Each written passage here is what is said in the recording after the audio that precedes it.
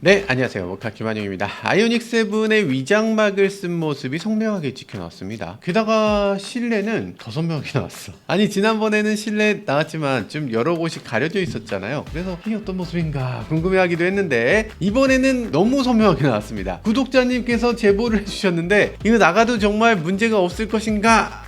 너무 걱정됩니다. 이거 잘못하면은 이번 영상 삭제될 수도 있을 것 같으니까 삭제되기 전에 빨리 보셔야 됩니다. 실내를 보시면 대충 느껴지시죠? 이거 너무 산타페 같은데? 이런 느낌 들지 않으세요? 저희가 최근에 산타페 사면서 야, 이게 전기차로 나왔으면 전기차에 놨을 텐데 왜 이게 하이브리드로 나온 거냐? 이러면서 투덜투덜 했거든요. 근데 이번에 나온 아이오닉 7 이게 바로 산타페 전기차네요. 아니면 펠리세이드 전기차라고? 아니 뭐 그럴 수도 있죠. 여튼 우리가 정말 바랬던 전기차, 제대로 SUV여야 되고 필요할 때는 7명까지 탈 수도 있어야 되고 짐도 막 때려 실을 수 있어야 되고 한 번 충전하면 진짜 넉넉해서 한 달에 한 2번, 3번 정도 충전? 뭐 그 정도면 그만이어서 뭐 평소에 어디든 놀러 가거나 아니면 일상적으로 즐기거나 이럴 때 충전 걱정도 없고 이런 거 다 되는 만능 전기차, 이거 하나 있으면 다 필요 없겠다, 이런 차가 나왔으면 했잖아요. 그런데 그런 차가 나온다고 하니까 무척 기대됩니다. 게다가 이거 굉장히 미래적인 느낌도 들고 도로에 다니면은 굉장히 색다른 느낌이 드는 자동차로 보일 것 같기도 한데 이 아이오닉 7 우리가 원했던 바로 그 차 맞는지 한번 살펴보시죠. 자, 아이오닉 7의 생산 일자가 거의 나왔다고 해요. 현대차가 밝혔습니다. 다음 달 12월 31일부터 내년 2월 13일까지 아산 공장 생산을 일시 중단한다고 했어요. 그 이유는 전기차 설비 공사를 위해서 준비한다, 이렇게 말하는데요. 아니, 2달이나 중단을 하면서 만들려고 해? 왜 그러냐? 당연히 아이오닉 7 생산을 하기 위한 준비를 하겠다는 거죠. 아니, 그거 준비할 거면 진작에 하지 왜 내년에? 왜냐면 이 아산 공장이 굉장히 중요한 공장이어서 그렇습니다. 아산 공장은 소나타, 그랜저, 아이오닉 6를 생산하는 공장이에요. 잠깐만, 그랜저? 연말에 그랜저는 안 되지. 왜냐면 그랜저는 회사의 임원분들이 타시는 차잖아요. 연말에 굉장히 잘 팔립니다. 그러다 보니까 그랜저라든지 G90이라든지 G80이라든지 이런 차들은 연말에 다 안 팔아야 되는 차이기 때문에 연말에 생산 중단을 하면 큰일 나죠. 그래서 설비는 내년에 하게 되는 거고요. 두 번째 이유도 있습니다. 그랜저가 올해 판매 목표 정해져 있어요. 11만 9천 대입니다. 그런데 지금까지 판매량 보면요, 9만 6천 대. 잠깐만, 이거 2만 대가 비어요. 야, 요거 어떡하냐. 지금 월간 판매량이 지금 8천 대, 9천 대 이렇거든요. 이렇게 되면 지금 11월, 12월 이 2달 동안에 한 달에 10,000대씩 열심히 팔아야 돼요. 목표를 말 안 했으면 몰라도 목표를 말했으면 초과 달성해야지. 이거 안 하면 정말 큰일 납니다. 어떤 분들은 갑자기 집에 가셔야 되는 분도 생겨요. 그렇기 때문에 이건 무조건 맞춰야 되는 숫자야. 그래서 이 아산 공장을 함부로 세울 수가 없는 거죠. 아이오닉 7 아무리 급해도 안 돼. 연말까지는 안 되고 12월 31일까지는 진짜 가열차게 생산해서 우리 목표를 달성하고 그리고 나서 내년 초부터 아이오닉 7을 적극적으로 한번 만들어 보자, 이런 의지로 비춰집니다. 아니, 아무리 그래도 그렇지 공장을 2달 반이나 쉬고서 라인을 깔아요? 야, 그게 말이 됩니까? 라고 할 수도 있는데 사실 아이오닉 7은 현대에게 정말 중요한 차입니다. 왜 중요한가? 우선 아이오닉 7은 현대의 새로운 플래그십이 되는 자동차입니다. 지금까지 현대에서 가장 비싼 차, 현대의 플래그십이라고 얘기하면 그동안 그랜저라고 했어요. 근데 아이오닉 7은 그랜저나 펠리세이드보다 더 크고 럭셔리하고 더 비싼 새로운 플래그십이 되는 자동차니까. 그리고 기존에 있었던 그랜저가 플래그십 아니라 이제 SUV가 플래그십이 된다? 그것도 그냥 SUV도 아니고 전기차가 플래그십이 된다. 이 얘기는 그냥 단순하게 차가 바뀐다는 게 아니죠. 이거는 미래 현대의 방향성을 보여주는 상징적인 자동차라는 겁니다. 더 중요한 두 번째 이유가 있습니다. 아시겠지만 제네시스도 마찬가지죠. 제네시스의 플래그십 뭡니까? G90이에요? 지금까진 그랬죠. 근데 이제는 GV90입니다. 제네시스도 곧 우리나라의 GV90이라고 하는 새로운 이름의 자동차를 내놓게 되는데 국내에서는 이 GV90이라는 자동차가 전기차로만 나오는 가장 거대한 SUV가 되는 거죠. 그러니까 지금 현대의 플래그십, 제네시스의 플래그십, 이 끝판왕, 정말 지존의 성공 여부를 가리는 차가 바로 아이오닉 7입니다. 그렇기 때문에 아이오닉 7이 정말 중요하고요. 마침 기아 EV9이라는 자동차가 있었잖아요. 근데 이 EV9의 판매량은 그렇게 좋지가 않습니다. 그런 상황이다 보니까 이 아이오닉 7은 EV9의 전철을 밟지 않겠다 이러면서 굉장히 어려운 위치에 서 있다고 할 수 있죠. EV9이 가장 어려웠던 이유는 뭘까? 가격? 그렇다면은 아이오닉 7은 상대적으로 훨씬 저렴한 가격에 나올 수밖에 없지 않을까? 파이팅입니다. 파이팅. 자, 저렴한 가격에 넓고 크고 럭셔리한 자동차 만들어 주실 걸로 굳게 믿고 있습니다. 이 뭔 개? 자, 지금 아이오닉 7 먼저 새롭게 주행하는 장면을 살펴보시죠. 지난번에도 영상을 보여드린 적이 있는데 그때는 조금 급하게 찍힌 모습들이 있었어요. 사실 모습들이 잘 확인되지는 않았는데 이번에는 이렇게 깔끔하게 찍어서 딱 보내주셨네요. 주행하는 모습 보면요, 오, 존재감만큼은 상당하다는 느낌이 듭니다. 지금 앞에 보면 구형 산타페 DM이 지나가고 있죠. 근데 이 산타페 DM보다 훨씬 크다는 느낌이 딱 느껴지네요. 산타페 DM 사이즈를 보면요, 전장이 4690 정도 되고요, 전고는 1680 정도 되는데 지금 아이오닉 7 보면 전장이 비교가 안 될 정도로 훨씬 기네요. 야, 이 정도면 5m는 돼 보이는데요. 전체적으로 봤을 때 굉장히 거대한 자동차고 이 아이오닉 7이라는 이름이 무색할 만큼 이 7이라는 숫자는 좀 부족하지 않나, 아이오닉 8이나 아이오닉 9 정도 해줬어야 되지 않나 하는 생각이 살짝 드는데요. 그럼에도 아이오닉 7이라는 이름을 붙였다는 얘기는 아마 이 위에 차가 더 나오지 않을까, 뭐 그런 생각이 들기도 합니다. 뭐 전체적으로 봤을 때 EV9하고는 상당히 다른 느낌이 들기도 합니다. EV9은 좀 각지고 콘셉트카의 라인을 그대로 이어온 전기차 그런 느낌이라면 아이오닉 7은 콘셉트카였던 이 7 콘셉트처럼 좀 둥글둥글한 느낌이 들죠. 마음에 드시나 모르겠네. 위장막 갖고는 알 수가 없다고요? 그런가? 자, 외관의 특이점을 좀 더 살펴보시죠. 일단 헤드램프를 보면요, MLA라고 하는 이런 작은 램프들이 주르륵 이어져 있습니다. 제네시스 G90을 시작으로 해서 GV80, 기아 EV9에도 이런 식의 램프들이 들어갔죠. 그리고 여기 뭐 픽셀 램프가 여러 개 있다 이런 것들도 있을 텐데 그건 사실 뭐 아무것도 아닐 것 같아요. 뭐 큰 의미 없다. 그냥 7 컨셉트카를 보면 대충 이렇게 생겼겠네 라는 느낌이 딱 있어요. 근데 가만 보면 여기 이런 거 있습니다. 그릴 가운데 구멍이 송송송 3개가 뚫려 있죠. 가운데 뭐가 있습니까? 레이더 있죠. 양 옆에 2개는 그럼 뭘까? 요거 라이다 센서가 들어갈 자리가 아닌가 싶은 생각이 들어요. 그러니까 양쪽에 라이다가 달려있다, 이거는 무슨 얘기냐? HDP를 지원하지 않겠냐 라는 얘기입니다. HDP가 뭔지 잘 모르시죠? HDP가 뭐냐면 핸들에서 손을 떼고도 차가 알아서 핸들을 돌려주고 알아서 운전해준다 라는 얘기입니다. 이거 지금 현대차도 되는 거 아니에요? 지금 현대차는 안 됩니다. 지금 현대차는 핸들에 손을 떼면 손 잡으라고 하죠. 차가 어느 정도 운전을 해주지만 내가 책임지진 못한다 라는 겁니다. 근데 HDP는 뭐냐? 핸들에서 손을 떼도 그냥 알아서 운전해줄게, 걱정하지 마. 핸들에서 손을 떼라고 오히려 시키는 겁니다. 그리고 야, 핸들에서 손 떼고 운전하면서 게임도 좀 해, TV도 좀 봐, 이렇게 하는 게 HDP예요. 물론 그걸 어떤 식으로 풀어갈지는 잘 모르겠어요. 근데 지난번 영상에서 보면 이 운전 중에 갑자기 핸들에서 손 떼고 여기서 영상을 보면서 이렇게 운전하는 모습을 보여줬습니다. 기아가 그렇게 했죠. 실제로 그게 그렇게 될 것인가? 그건 아직 몰라요. 그건 아직 모르는데 경쟁사의 경우 벤츠라든지 BMW라든지 이런 브랜드들은 이 운전 중에 게임하는 모습을 굳이 보여줍니다. 운전하면서 게임하라는 거죠. 그만큼 나는 손을 놓고 차가 주행할 수 있도록 안심하고 달릴 수 있게 해줄게, 그게 우리 기술력이야 라는 걸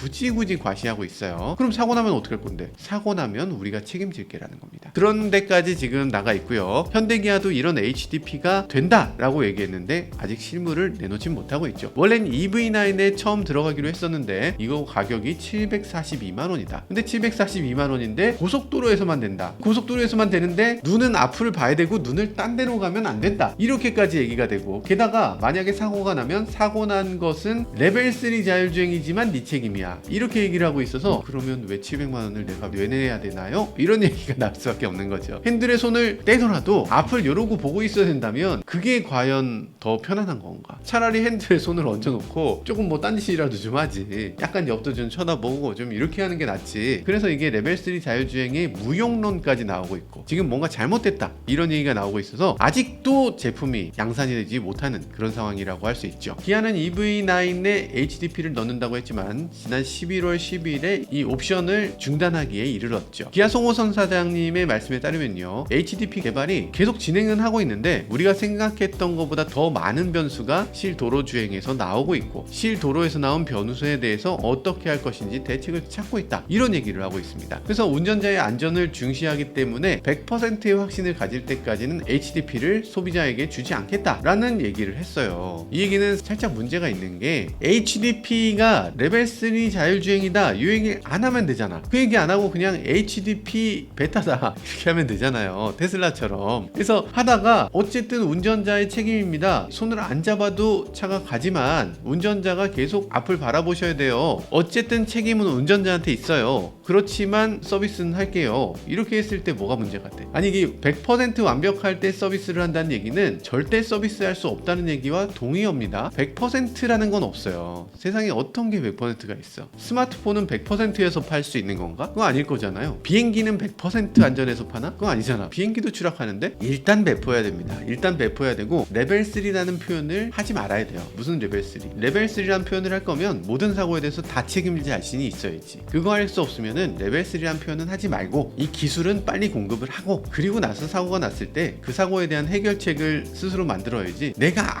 아무리 테스트를 수천 수만 시간을 해도 이거 양산으로 나가서 실제 필드에서 사용자가 테스트하는 건 또 기상천외한 방법으로 테스트합니다. 그래서 지난번에 패리세이드 HDA 켜놓고 뒷좌석에서 촬영한 친구가 있었잖아요. 아니 그런 친구도 있는데 그러니까 100%라는 건 절대 존재하지 않기 때문에 일단 뿌려놔야 돼요. 뿌려놓고 나서 100% 안 되면 왜 안 되는지 풍부한 데이터를 뽑아놓고 그때 이걸 만들어야 되겠죠. 어쨌든 지금 상태에서 저는 이 100%가 문제냐 아니면 현대가 아직 기술력이 너무 없는 거니 이 부분에 대해서 조금 우려가 있긴 합니다. 뭐 아마 충분히 잘 만들어 주실 걸로 기대해 봅니다. 자 어쨌든 현대 HDP 지금 핸들에 보면 버튼은 만들어 놨어요. 할 수는 있다. 그리고 기획도 했다. 그리고 개발도 끝났다. 그런데 이걸 양산할지 안 할지는 아직 알 수가 없는 상황이라는 얘기입니다. 자 이게 HDP 되면은 좋을 것 같고요. 정말로 자율주행에 가까운 그런 서비스 우리나라에서 처음으로 좀 해주면 좋을 것 같습니다.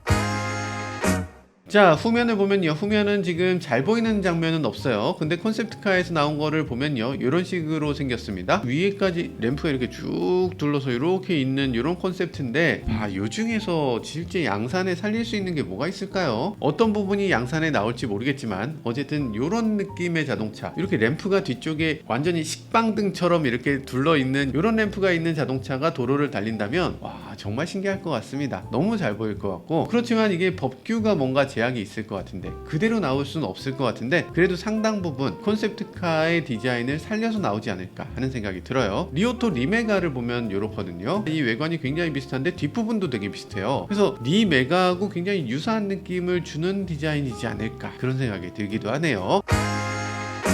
자 측면으로 한번 넘어와 보죠. 측면을 보면요 지금 앞유리가 엄청 누워 있습니다. 너무 많이 누워 있어서 여러분들이 아마 자동차에 대한 개념을 머릿속에 막연히 갖고 있잖아요. 이렇게 생긴 게 자동차지, 이런 느낌, 그런 어떤 개념을 갖고 있어도 그거보다 더 누워 있다고 보실 수 있을 것 같아요. 람보르기니 앞유리처럼 이렇게 누워 있습니다. 대단하죠. 요즘 들어서 토요타 프리우스가 또 이런 식으로 누워 있던데 그런 식으로 에어로다이나믹 대단하게 만든 것 같고요. 그리고 사이드 윈도우를 보면요 요즘 보면 자동차 디자인이 이렇게 얄쌍해지는 자동차가 있고 커지는 자동차가 있습니다. 스타리아 같은 차들은 커졌잖아요. 커지다 보니까 이게 안에 탔을 때 뭔가 고급차에 탄 느낌보다는 좀 뭐랄까 버스에 탄 것 같은 느낌이 살짝 들어요.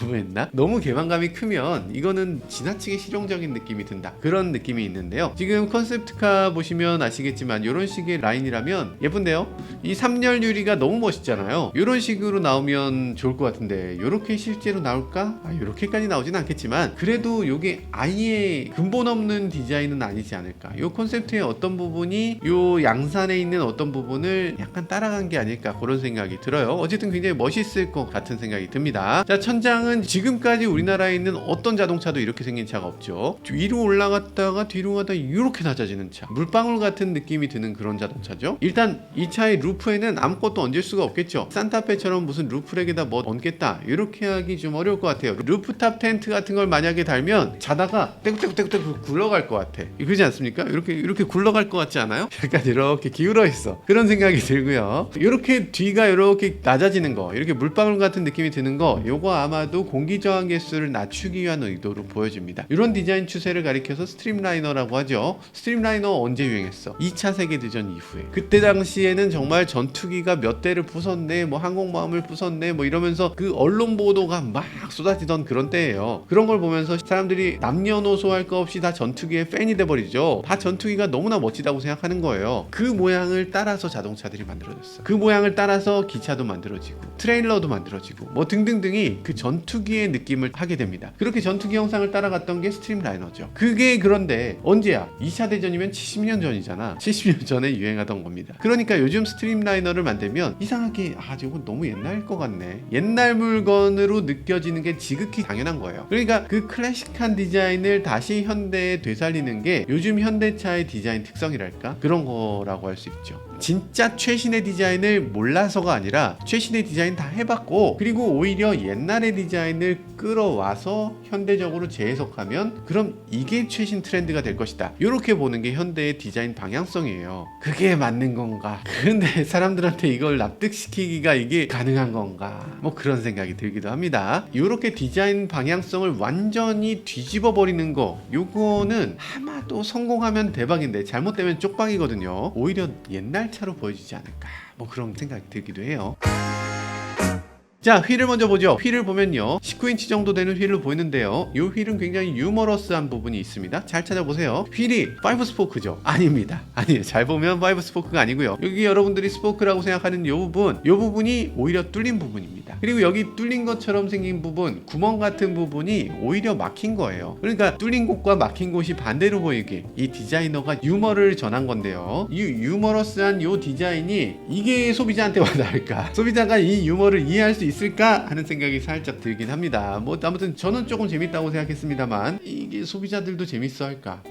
여튼 이 휠은 굉장히 재미있는 공력 휠이라고 할 수 있죠. 전체적으로 이 휠의 많은 부분을 커버로 덮어버리는 거, 이걸 공력 휠이라고 얘기하는데요, 이런 공력 휠로 만들었을 때 주행거리가 더 늘어납니다. 그러니까 주행거리가 더 늘어날 수 있는 공력 휠이면서 재미있게도 만들어졌다, 이렇게 볼 수 있을 것 같아요. 그럼 지금 에어로다이내믹에다가 공력 휠에다가 차가 뭔가 이렇게 길기도 하고 이러면 이 공기 저항 계수가 지금 굉장히 낮을 것 같은데, 보통 우리나라에서 지금 가장 낮은 차가 0.21이잖아요. 아이오닉 6가 지금 우리나라에서 가장 에어로다이나믹이 좋습니다. 그러면 이 아이오닉 6하고 거의 대등한 수준을 만들어내지 않을까, 뭐 그런 생각이 들어요. 그러면 그렇게 에어로다이내믹을 만들고 그렇게 공력휠 만들고 그렇게 해서 이 차가 도대체 얼마나 멀리 갈까? 지금 SUV 중에서는 EV9이 국산차 중에 가장 멀리 가는데요, 물론 아이오닉 6는 524km 가기 때문에 아이오닉 6가 가장 멀리 가긴 합니다만, 그러면 아이오닉 7은 얼마나 더 갈 수 있을까? 여기 힌트가 살짝 있어요. WLTP 기준으로 했을 때 아이오닉 5 몇 킬로 갑니까? 507km 갑니다. 그럼 아이오닉 6는 몇 킬로 갑니까? 614km 가요. 그러니까 아이오닉 5는 500km, 아이오닉 6는 600km 가네. 그럼 아이오닉 7은 몇 킬로 갑니까? 700km 가야죠.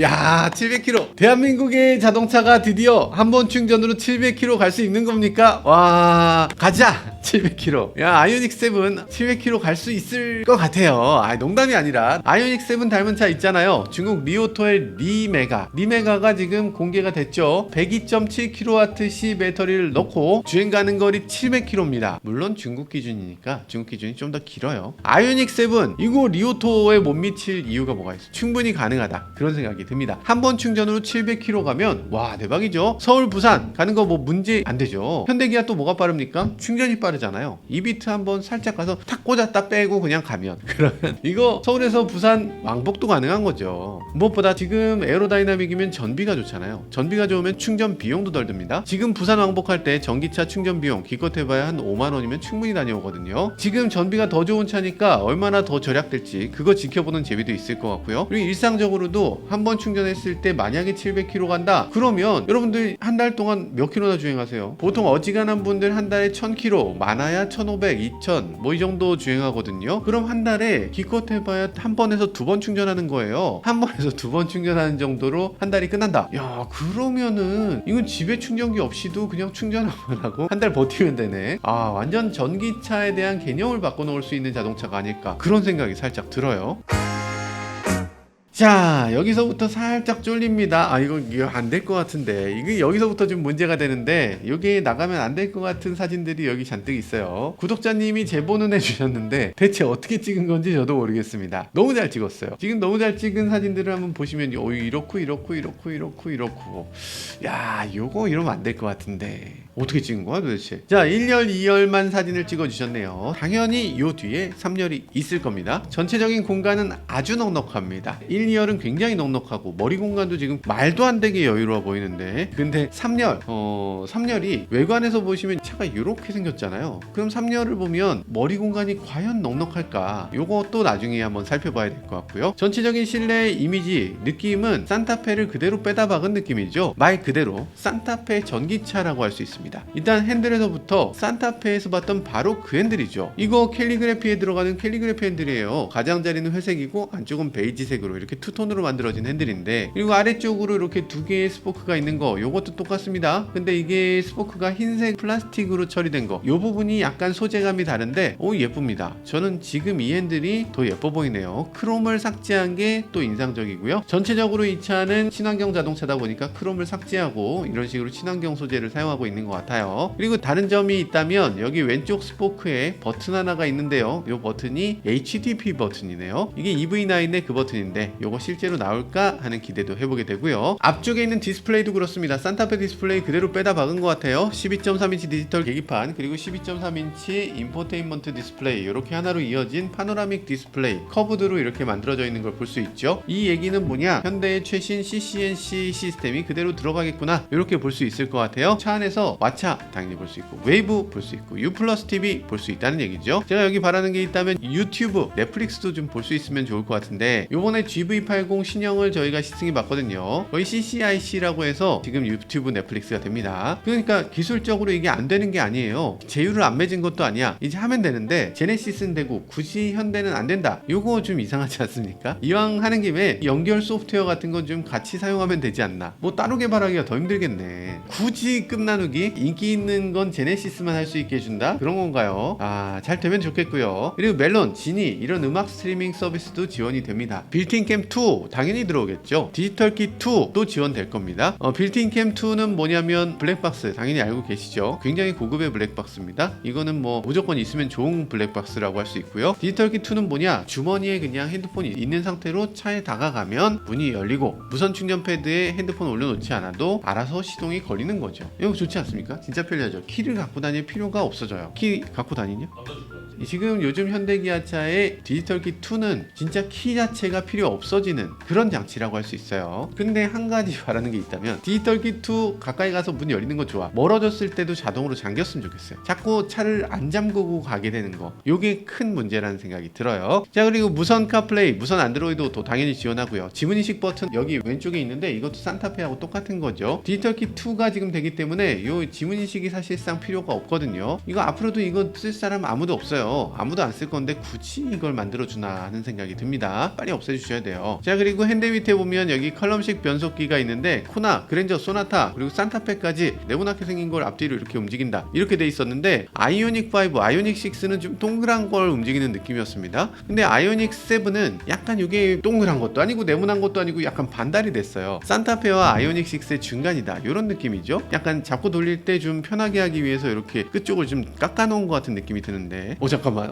돌릴 때 자꾸 손 모양이 저절로 이렇게 되네. 아니, 이 디자이너가 이게 누군지 몰라도 전 국민이 다 이걸 하게 만들고 있어. 이 사람이 이러면 안 되지. 전체적으로 산타페랑 굉장히 비슷하다는 느낌이 드는데, 이 센터 콘솔 부분을 보면요, 또 한 등급 작은 투싼 같은 느낌이 들기도 합니다. 산타페는 여기가 굉장히 넓어요. 그래서 컵홀더도 이렇게 가로로 2개 넣을 수 있고, 그리고 여기 무선 충전도 세로로 2개를 놓을 수 있죠. 근데 여기 보면은 무선 충전 패드 하나, 그리고 세로로 2개, 이렇게밖에 놓을 수 없는 그런 공간을 제공하고 있습니다. 좀 더 넓게 하지 왜 굳이, 라는 생각이 들기도 하고요. 그리고 이게 약간 플로팅이어서 요 아래쪽에다 짐을 더 넣을 수 있도록 이렇게 만들어 놓고 있습니다. 아마 EV6가 나온 걸 보고서 굉장히 충격을 받은 것 같아요. 그래서 투싼에도 이런 식으로, 아이오닉 7도 이런 식으로 약간 투싼하고 비슷한 이런 느낌이 들게끔 그렇게 만들어진 걸 볼 수가 있네요. 이 부분은 저는 산타페가 조금 더 마음에 드는 것 같아요. 앞쪽에 디스플레이 부분은 살짝 산타페보단 투싼에 더 가까운 것 같긴 한데요. 산타페는 이 부분이 너무 복잡해서 저는 보면 요 버튼 안에 있는 그래픽들을 좀 개선해줬으면 했는데 요 안에 그래픽은 또 산타페랑 같은 건가요? 약간 그런 생각이 들기도 하네요.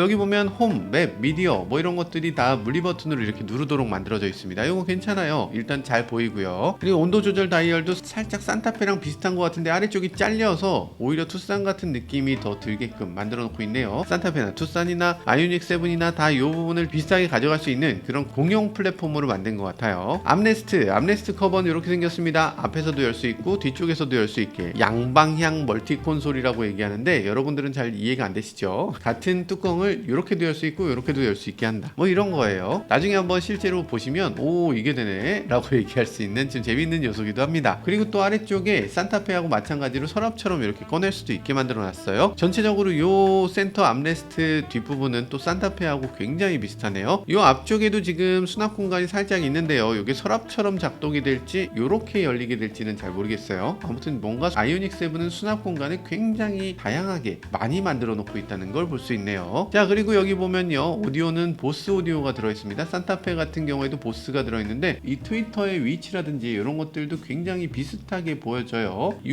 보스 오디오 같은 경우는 산타페에는 12개의 스피커가 들어갑니다. 그랜저는 14개의 스피커가 들어가죠. 그러면 2차 아이오닉 7은 몇 개 들어가야 되나? 최소 14개 이상은 들어가줘야 되지 않을까 뭐 그런 생각이 듭니다. 일단 이 A필러에 있는 보스 오디오 이 트위터 사이즈가 넉넉하다는 느낌이 들진 않네요. 좀 더 컸으면 좋겠는데 그런 생각이 들고요. 그리고 이게 3D 사운드라든지 이런 것들을 지원하진 않고 있습니다. 지금 뭐 다른 경쟁사들 예를 들어서 테슬라라든지 아니면 뭐 중국의 회사라든지 이런 경우에 지금 3D 사운드 시스템으로 다 넘어갔거든요. 이게 뭐냐? 스피커를 이렇게 2차원적으로 여기다 그냥 흩뿌리는 게 아니라 이 위쪽에다 받기 시작해서 이제 3차원 사운드를 내고 있는데 이제 3차원 사운드를 좀 넘어가 줘야 되지 않나 뭐 그런 생각이 들기도 해요. 오디오에 조금만 더 신경 써주시면 지금 많이 좋아졌거든요. 여기서 조금만 더 신경 써주면 세계 최고의 오디오도 만들어낼 수 있지 않을까 뭐 그런 기대를 해보게 됩니다.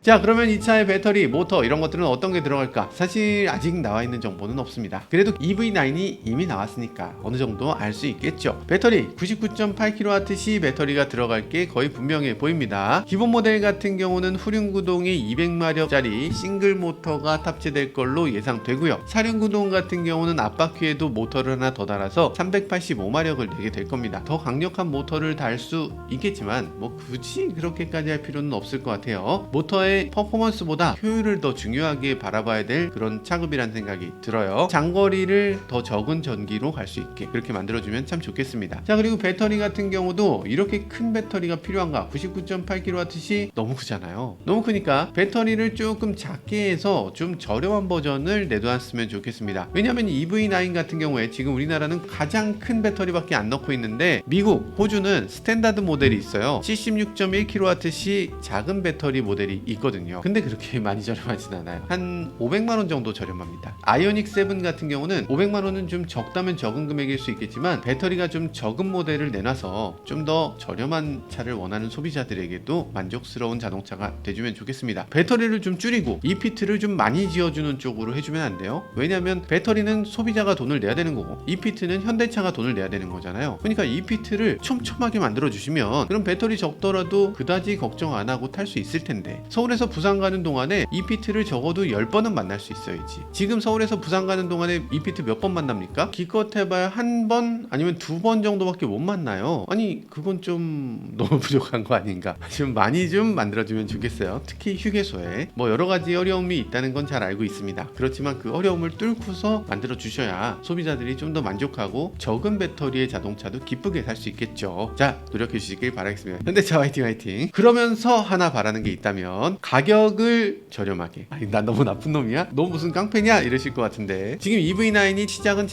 7,330만원이지만 이거 실제로 제대로 타려면 8,400만원 8,500만원 줘야 되거든요. 근데 아이오닉 7은 그거보다 좀 저렴하게 6천만원 정도에 딱 시작해주면 진짜 대박이 날 수 있을 것 같습니다. 자 6천만원 안 돼? 싸게 많이 팔고 있죠. 박리담회 하면 되나? 뭐 그런 생각이 드네요. 아니 뭐 되겠지. 박리담회 하면 좋죠. 그냥 옵션 다 넣게 되면 대충 6천만원 중반, 네 6천만원 중반까지 갈 수 있도록 이렇게 해주시면 진짜 대박이 날 수 있을 것 같습니다. 풀옵션의 가격이 7천만원, 그래서 아이오닉 7이다 이렇게 나오면 정말 좋을 것 같아요. 깡통이 7천만 원이라서 아이오닉 7인가? 산타페 풀옵션이 5천만 원이거든요. 그러니까 여기서 2천만 원 이상 비싸면 말이 안 돼. 한 1천만 원만 올립시다. 1천만 원만. 아니 흔히 그런 얘기하죠. 아니 배터리가 2천만 원인데요. 땅 파면 모터 나오나요? 모터는 그게 얼만데요? 뭐 이런 얘기 하시잖아요. 아니 그러면 엔진은 공짜야? 변속기는 공짜입니까? 엔진하고 변속기하고 연료 펌프하고 뭐 등등등 다 뺐잖아. 그러면 그 가격도 쳐줘야지. 엔진하고 변속기 살려면 한 1천만 원 이상 받으시면서 아니 배터리 가격 2천만 원이면 거기서 엔진 관련된 부품들 한 1,500, 2천 하는 거 그거를 빼셔야죠. 그거 빼서 엔진이 2천만 원이면 1,500 빼고 차액 딱 500만 원이네. 자 그러면 산타페에서 500만 원 더하면 아이오닉 7